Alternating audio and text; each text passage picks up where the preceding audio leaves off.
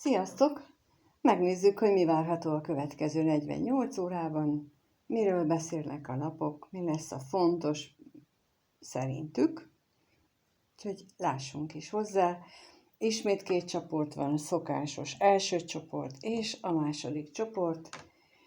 És ha még nem tudod, hogy melyiket szeretnéd, akkor kérlek, állíts meg a videót. Ha tudod, akkor tarts velem, és fogjunk neki. Nézzük, a lapok miről beszélnek a következő 2 napban. Mi várható? Mi az, amire érdemes fókuszálnunk, a figyelmünket ráfordítani? Mi az, amire oda kellene figyelnünk jobban, mint általában?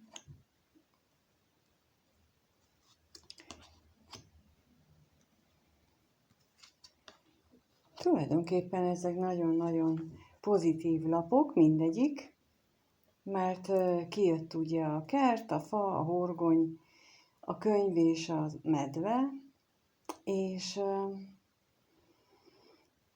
valami olyan helyzet lehet, ami nagyon szorosan összefügg a környezeteddel, a nyilvánossággal, amit bárkivel megosztasz, és nagyon összefügg a stabilitásoddal, a biztonságérzeteddel, azzal, hogy anyagiakkal, az érzelmi biztonság érzeteddel, és ezeknek mindnek ilyen olyan, mintha ez előre meg lett volna írva. Tehát, hogy ez a helyzet, ahova most értél, vagy ahol most vagy, ez egy előre eltervezett állapot, és ehhez, mintha az erőt is biztosítottad volna magadnak, vagy biztosítanád magadnak, tehát azért mondom, hogy itt ezek nagyon szép lapok, nagyon pozitív, de még nem tudjuk, mit akarnak, úgyhogy meg is kérdezem, hogy miért van itt a kert. Kaphatunk-e róla valami bővebb információt a kerthez, a kertről? Mit tudhatunk meg erről bővebbet? A kertre kijött a felhő és a kereszt. Hát, jelenleg lehet, hogy egy olyan állapot van, hogy valamit titkolsz a nyilvánosság elől, valamit nem mondasz el nekik, a környezetednek sem. Talán azért nem, mert úgy érzed, hogy ez sorsdöntő hatással lenne, hogyha te megosztanád ezt a környezeteddel. És ezzel van kapcsolatban jelenleg ez a dolog, de akkor még megkérdezem itt a horgonyt. A horgonyra is kérnék még információt, hogy mi ez a sorsdöntő helyzet, amit most nem osztasz meg, és kijött rá a levél és a torony. Mintha egy titkos szerződés lenne, vagy úgy értem ezt a titkos szerződést, visszautalok ott az előbb a felhőre. Tehát egy olyan titkos szerződés, egy olyan megállapodásról lehet itt szó, vagy írásos, vagy csak szóbeli megállapodás, amit jelenleg még nem kötsz mindenkinek az órára. Viszont ez nem tudom, hogy már a múltban mikor keletkezett, de azt látom, vagy az látszik itt a lapokból, hogy a következő néhány napban ez így megszilárdulhat, ez a megállapodás, vagy ez az elgondolás, amit még nem mersz megosztani, és az lesz, ehhez kapsz erőt is, hogy ezt meg is valósítsd. És a könyvre is kérnék még plusz információt, a könyvre.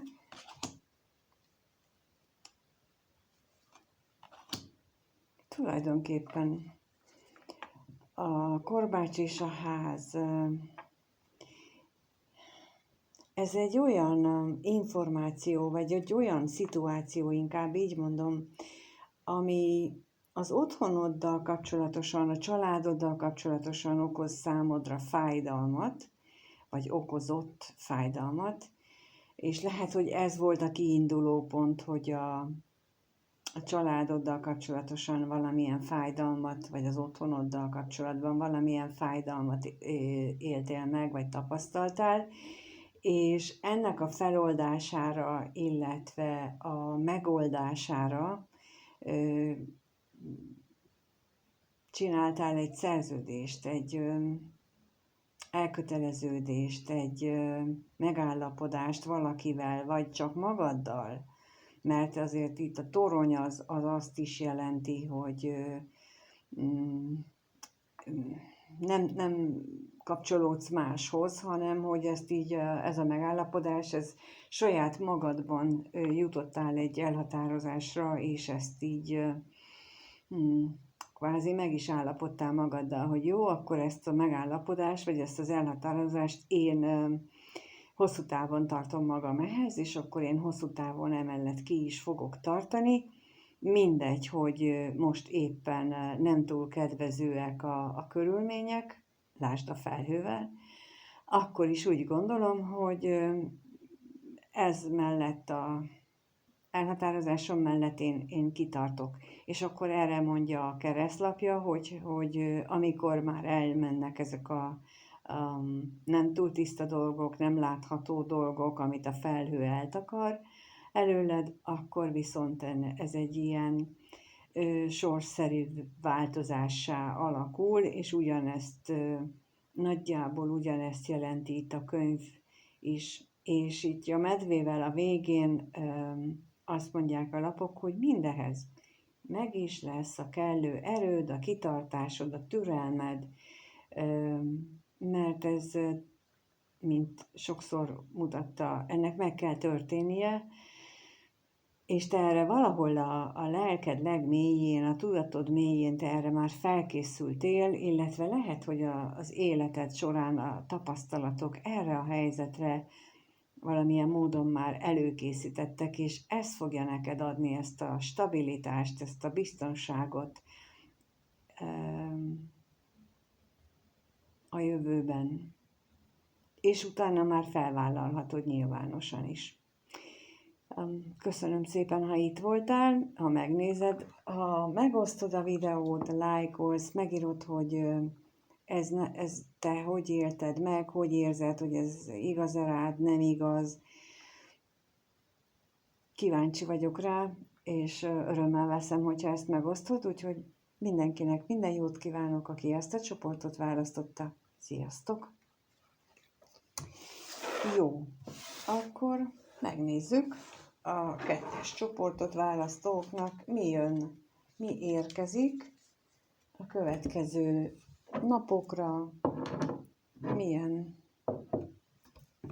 mi érkezik a számukra a második csoportot választóknak, milyen információ, figyelemfelkeltő dolog, tanács, esemény, lássuk, 2-es csoport számára mi érkezik. Wow! Wow! Oh! Hát, őszintén szólva, gyönyörű. Hát ezt itt én nem is ragoznám tovább, bárhogy Kelyhek királynője, Botok királya, mondjuk középen az ördöggel, aztán a kelyhekásza és a kelyhek királya a túl végen, mint egy keretbe foglalja ezt az egész dolgot az érzelmek.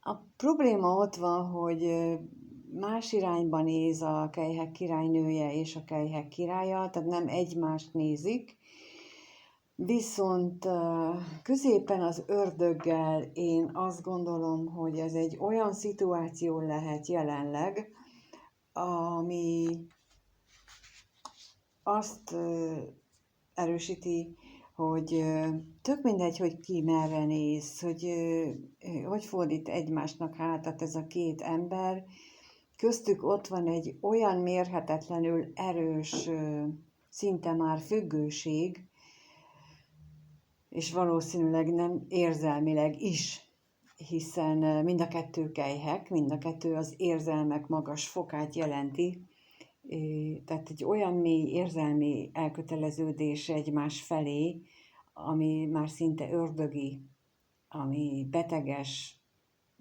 nem túl egészségesnek tűnik, de ott van a botok királya is, aki nem csak azt mondja, hogy érzelmileg vannak nagyon elköteleződve, hanem azt is jelenti, hogy azért van ám itt szenvedély is ebben a kapcsolatban, és itt én hajlok arra, hogy ez valóban egy kapcsolatról szól, és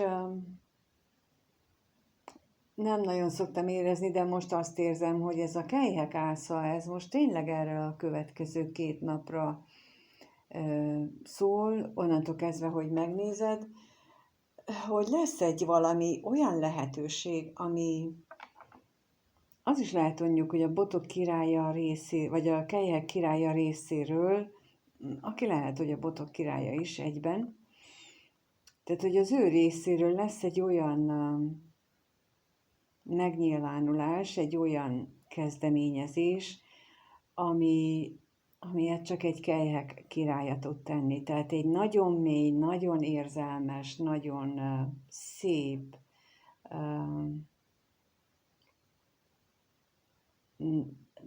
kezdeményezés lesz. Jó, megnézzük akkor, hogy mit lehet tudni itt a botok királyáról. Miért van itt?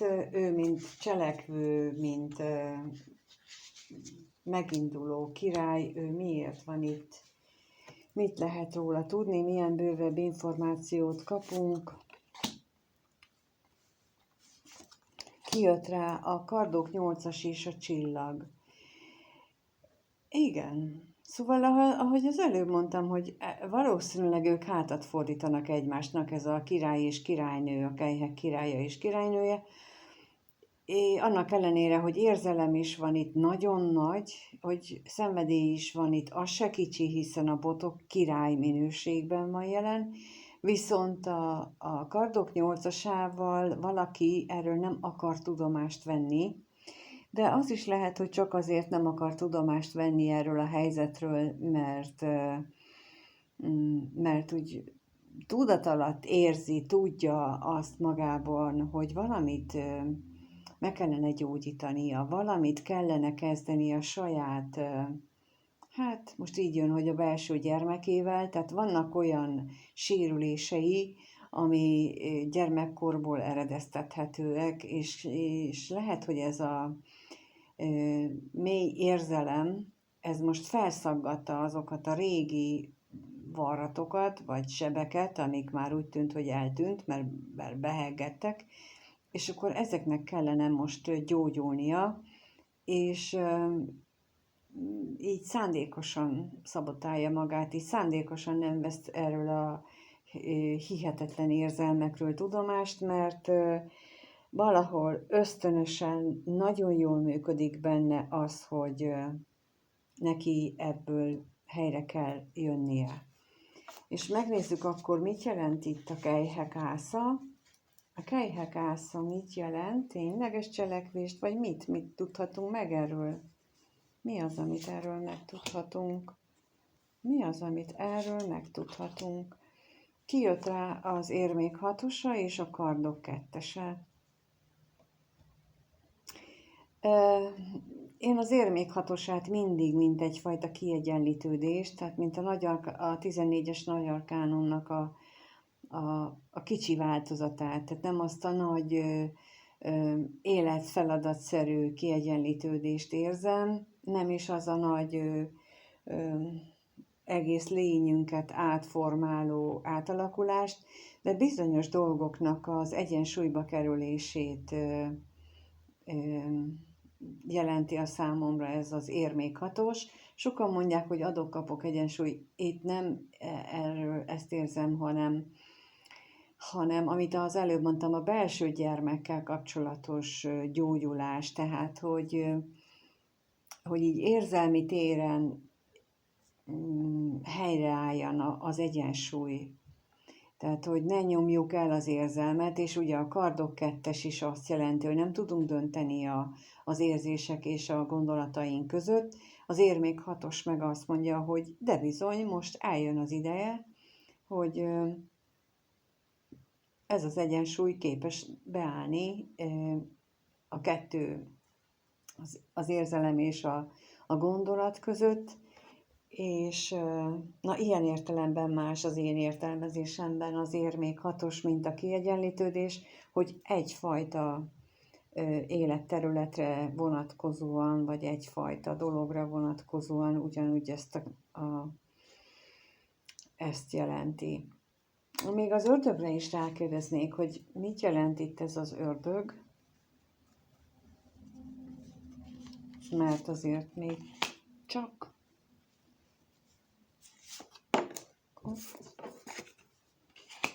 akasztott ember és a kardok ötös. Igen, hát amit mondtam, hogy lehet, hogy hátat fordítanak ezek egymásnak, és lehet, hogy a konkrét szituációban azt jelenti, hogy nincs közöttetek kommunikáció sem, nem hogy találkozás, de kommunikáció sincsen, és mégis megvan az a hihetetlenül erős kötelék, és az akasztott ember is ezt jelenti itt most számomra, hogy kvázi mint fölfüggesztettétek ezt a köztetek lévő kapcsolatot jelen pillanatban, letettétek a fegyvert, nem küzdötök ellene, egymás ellen, magatok ellen, mert hogy ott a csillaggal is ezt éreztem, hogy így gyógyulásra van szükség, és ezt valahogy így fel is ismeritek, és